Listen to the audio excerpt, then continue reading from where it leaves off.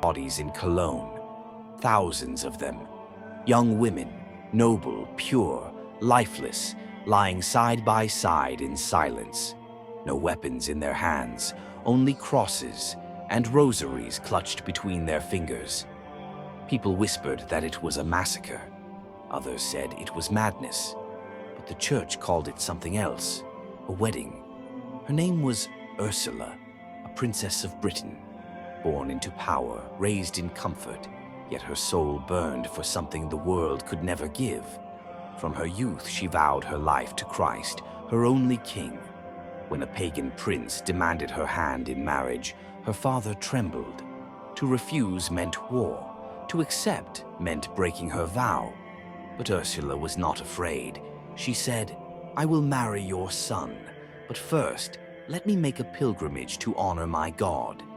She asked for 3 years to prepare, and ships to carry her and her companions across the sea. What began as a royal request became a divine mission. As the news spread, thousands of noble maidens joined her, not for fame, not for comfort, but because their hearts longed for heaven. They called themselves the Brides of Christ, 11,000 women, sailing across stormy seas, singing hymns into the wind. When thunder roared and waves struck their ships, Ursula stood firm, her eyes lifted toward the heavens. "Lord," she prayed, "let us not fear death, only sin."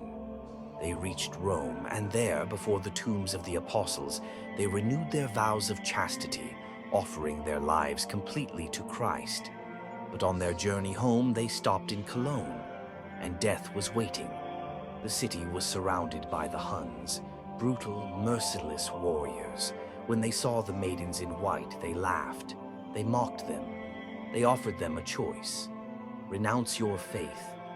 Become our wives and live. Ursula stepped forward, her face calm, her voice steady. "I am already promised," she said, "not to a man of this world, but to the King of Heaven." An arrow was drawn, and it struck her heart. Then the slaughter began. One by one, her companions fell, not with screams, but with prayers on their lips. The ground of Cologne ran red with blood, but heaven blazed with light. Some witnesses said they saw angels among them. Others said they heard the sound of wedding bells, not from any church, but from the sky. Their death was not defeat. It was union. 1,000 brides entering the kingdom they longed for. If this story moved you, don't scroll away. Like, comment, and subscribe for more stories of faith, courage, and divine love. Let's fill YouTube with light. Centuries later, their relics were found in Cologne, and a great church was built in their honor, the Basilica of Saint Ursula. The church remembers them every year on October 21st, the feast of Saint Ursula and her 11,000 companions. They are the patron saints of students, teachers, and young women, those who dare to live with purity and courage in a world that has forgotten both. Their story still whispers today. You can take everything from us, our crowns, our kingdoms, our lives, but not our faith.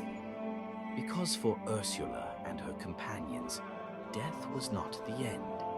It was a wedding, and heaven was waiting at the altar.